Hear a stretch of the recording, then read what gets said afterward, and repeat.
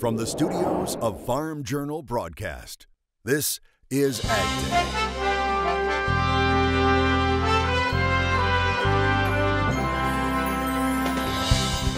EPA Acting Administrator Wheeler in the hot seat during a hearing on biofuels. Just because a company is a small refinery does not mean it should be entitled to a small refinery exemption. A revamp to the rice crop. The big thing is the carbon footprint that we're minimizing. You know, it's a stewardship of the land. We're using 50% less water. In analysis, with soybeans in the red, is the bottom already priced in? We may have to digest a slightly bigger crop size, but that shouldn't be $1 more to the downside. It could only be 20 to 40 cents more. And a small dairy in Wisconsin with big dreams of adding value to the milk that's produced. AgDay, presented by the Chevy Silverado. High-strength steel for high-strength dependability. Good morning, I'm Betsy Gibbon in for Clinton Griffiths. EPA Acting Administrator Andrew Wheeler testifying on biofuels during his first hearing as EPA's top post, less than 1 month after he was called the acting head of the agency.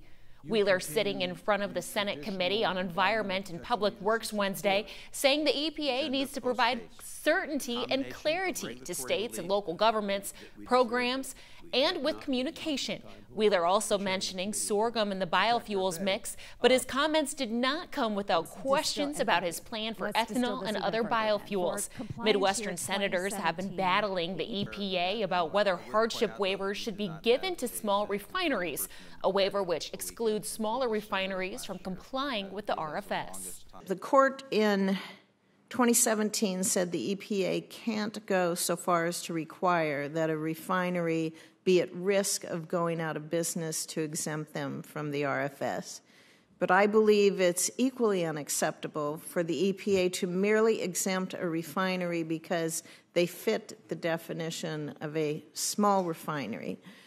And I would think you would agree that there is space between those two options. Would you? Just because a company is a small refinery does not mean it should be entitled to a small refinery exemption. There are other market and business concerns to go into that analysis. When asked about the topic, Wheeler saying he's going to provide more transparency with how the EPA makes the refinery exemption decisions. We are in the process of developing a dashboard so we can put all the information out publicly so that people know when we're issuing a small refinery waiver and the circumstances around that. We have to make sure that we take into account any confidential business information of the company applying for the small business refinery exemption. But we want to try to be as transparent as we can and put all that information, including our process, out for the public to see. Iowa Senator Chuck Grassley saying there needs to be more openness to the public. However, he's more concerned whether the final number released by the EPA is net or gross and whether it includes the waivers.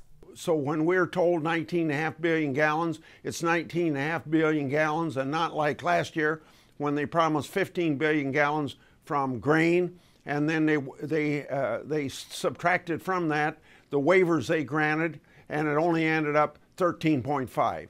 We want to know what the net amount of biofuels that's going to be used in 2019. Both Iowa Senators Chuck Grassley and Joni Ernst are set to meet with Wheeler this week. Grassley saying he's planning on 90% of the conversation to cover biofuels. The 2018 rice crop is advancing ahead of average according to the weekly progress report from USDA. As of Monday, 64% of the rice crop has headed. That's 10 points ahead of average. That's an 18-point jump from last week's level. But we're also seeing the rice crop decline a little bit. 69% is good to excellent, down 2 points from last week.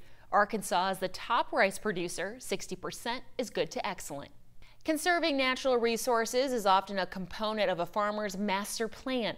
A rice producer in Louisiana is experimenting with a technique called furrow-irrigated rice in an effort to reduce his carbon footprint and help his bottom line. LSU Ag Center's Craig Gautreaux has this report. This rice field near Palmetto, Louisiana looks similar to most rice fields found in the state. But with a closer look, subtle differences are noticed. The rice is growing in rows and there are no levees to hold water. It's called furrow-irrigated rice or row rice. This method involves putting water on the field only when the soil is dry, as opposed to maintaining a flood throughout the growing season. But it cannot be done just anywhere. It takes a unique setting as far as a farming operation and also soil type that's going to support this kind of cultivation of rice. This is the third year Charlie Fontenot has grown row rice. Fontenot believes this method allows him to be more flexible with his operation and plant the crop that will give him the best return. When you prepare the ground for rice, you pretty much set in stone. You got to plant your rice. This way, I mean, we've planted cotton in the rice field. You know, we've done that before. Corn, it doesn't matter. We can go with anything we want. A major advantage with row rice is the conservation it provides. The big thing is the carbon footprint that we're minimizing. You know, it's a stewardship of the land. We're using 50% less water. Therefore, we're using less energy. You know, with these diesel-powered engines that they have on the farm here. One of the biggest hurdles with this technique involves managing nitrogen fertilizer, which is essential in growing rice. Fontenot is experimenting with application methods to help determine the best rates and timing for fertilization. Common sense, you know, you have volatility. You're losing nitrogen all the time. So we elected this year to do 4 spoon-feeding increments, I think of 50 units at a time. And we'll see how that pans out. Last year, yields from Fontenot's row rice fields were equal to his conventionally flooded fields. With the LSU Ag Center, this is Craig Gautreaux reporting.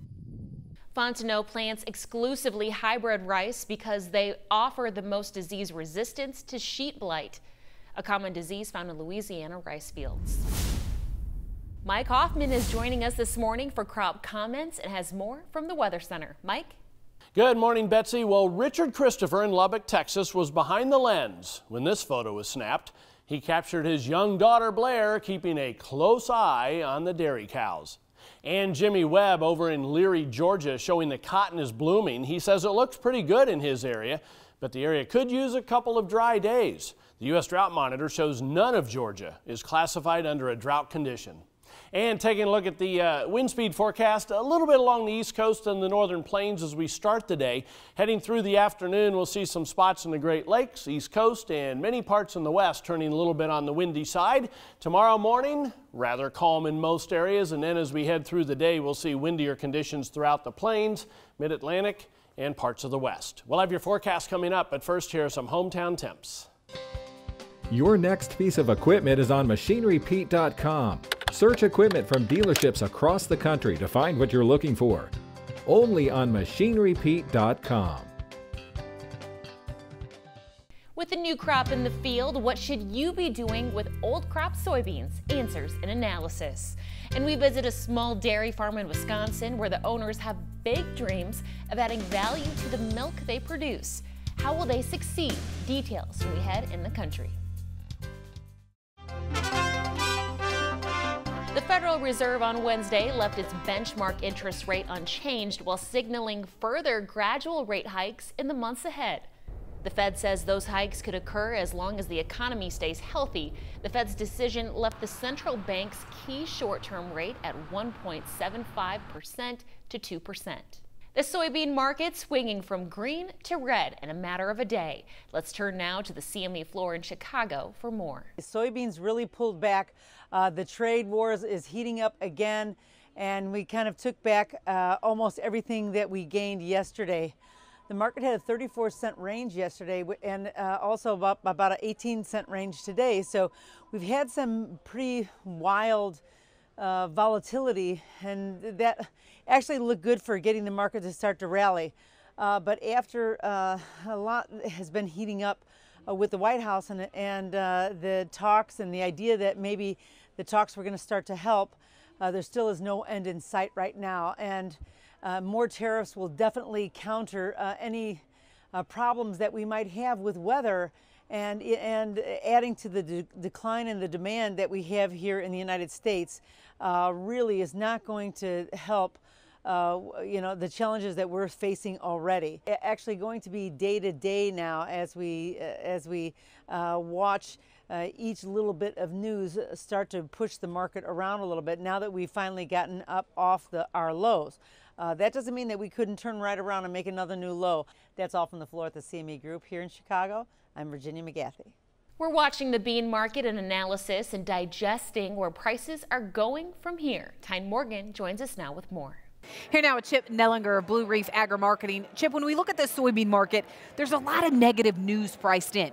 Do you think all the negative news is priced in? I mean, do you think we found the bottom in this soybean market? Well, I do in the short run. I think most of the negativity around all the trade issues, the trade war with China is, and what tips us off to that is the July crop report basically couldn't get more bearish, right? And we didn't see a huge drop. A couple days after that, we learned of this additional $200 billion in tariffs, and the market stabilized. So from the demand side, I think we've digested the absolute worst.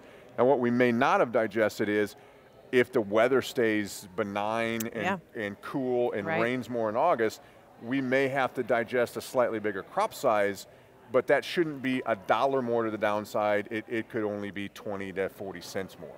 So then what is it going to take to push these prices higher? I mean, what if we do have a record soybean yield on our hands, like some producers are saying? What if this trade issues, what if these do not get worked out before harvest and before we get to the winter time frame? What is it going to take? Well, we've got some issues then. If we have a record bean crop and we don't get any movement on the trade issues, then we've got an uphill battle. But it's still, world demand is still big. Right. We're still exporting a lot of beans. Even though China's not taking them, we're $2 cheaper than Brazil, and everyone else in the world is buying our beans instead of Brazilian beans. So is it just psychological at this point, or do you think beans are fairly priced considering where demand sits today and all the other factors?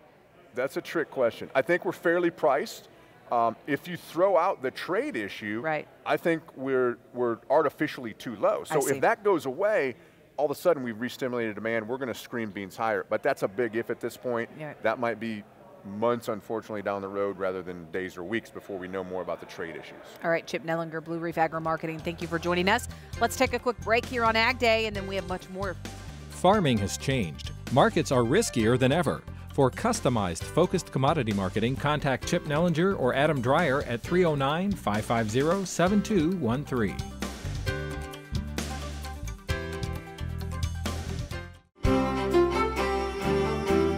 Welcome back to Ag Day with meteorologist Mike Hoffman. Mike, what's new now with the root zone moisture map? Well, I suppose it's kind of typical for every year, but some areas really need the rain and other areas not so much, and that always seems to be the case. And on this root zone moisture map, it's pretty much the yellow, orange, and red areas that could really use the rain. Now, I do want to point out, while this area in northern Missouri is expanding a little bit into Illinois, even northwestern Indiana, southward into northern Arkansas, you can see some pockets have gotten some decent rains and the reds have gone away, and you're probably a lot wetter than you were a couple of weeks ago, but there's still areas in there that really do need it. Lots of Texas, Louisiana on the dry side, wet up and down the eastern seaboard, and of course, unfortunately, that's where more rain is coming.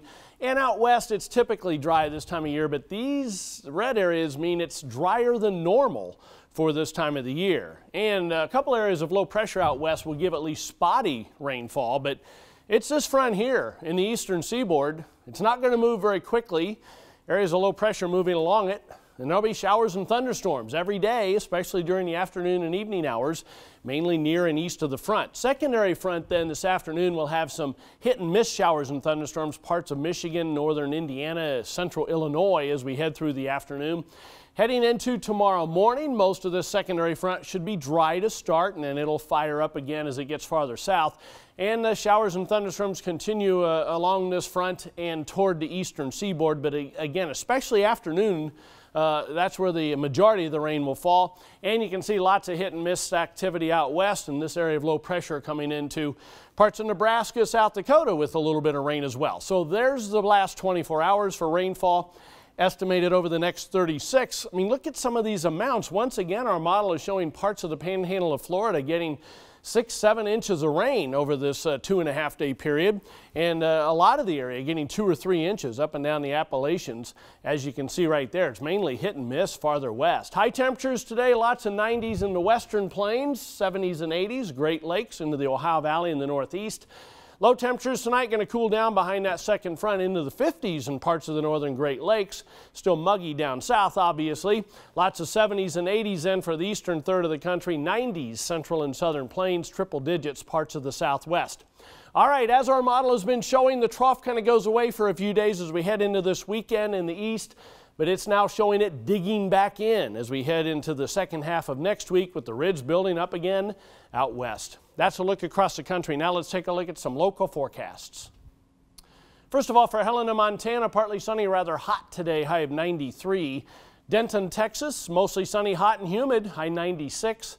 And finally, London, Kentucky, variably cloudy. There is a chance of a thunderstorm, high of 77. Next in our Drovers Report, pushback against a proposed feedlot in northwest Missouri. We'll have the latest. Plus, a small Wisconsin dairy has dreams of expanding one wheel of cheese at a time. In news from our reporting partners at Drovers, the proposed expansion of a feedlot southeast of Kansas City, Missouri has been put on hold. The Valley Oaks Steak Company wants to expand its operations to nearly 7,000 head in the town of Lone Jack. Opponents were granted a stay while regulatory hearings are held. Drovers editorial director Greg Henderson has details. In June, the Missouri Department of Natural Resources approved a plan for Valley Oaks Steak Company to expand to 6,999 head, but opponents to that plan have been granted a stay by Missouri's Administrative Hearing Commission. The commission ruled that opponents to the expansion of Valley Oaks Steak Company provided enough evidence to support claims that the expansion could harm the community and the environment, and the commission said the planned expansion wouldn't have enough waste storage space for the waste that would be created. Opponents also claim the Valley Oaks expansion will lower property values. Supporters, however, claim the expansion will bring jobs to the area. Valley Oaks was ordered to halt its expansion until the state DNR can revisit the permit application at a hearing later this month. Even as the FDA looks to crack down on the labeling of some plant-based products, a study shows that sector is growing much faster than the overall food business. According to Nielsen data provided to the Plant-Based Foods Association, sales of plant-based foods rose by 20% over the last year. Total sales of plant-based foods and beverages now totaling $3.3 billion a year, according to the data. Sales of plant-based milk account for half of the total at $1.6 billion, an increase of 9% from last year. Sales of meat alternatives are up 24%. Up next, see how this dairy farm is keeping up with changing times in consumers' minds. In the Country is next. In the Country, sponsored by Kubota. Discover the power behind the M6 series at Kubota.com or visit your local Kubota dealer today. During these trying times in the dairy sector, producers are looking for ways to break even or just to stay afloat. You can cut costs or produce more. In Wisconsin, a young dairy farm family is expanding their business. They're not adding to their herd, but they're adding value. We get details in this video provided by the Dairy Farmers of Wisconsin. Darcy and Justin Daniels work hard to keep their 50-cow dairy running. They recently started having their milk made into cheese that they could sell at local farmers markets and in their tiny farmstead shop. We wanted to bring a product directly to consumers.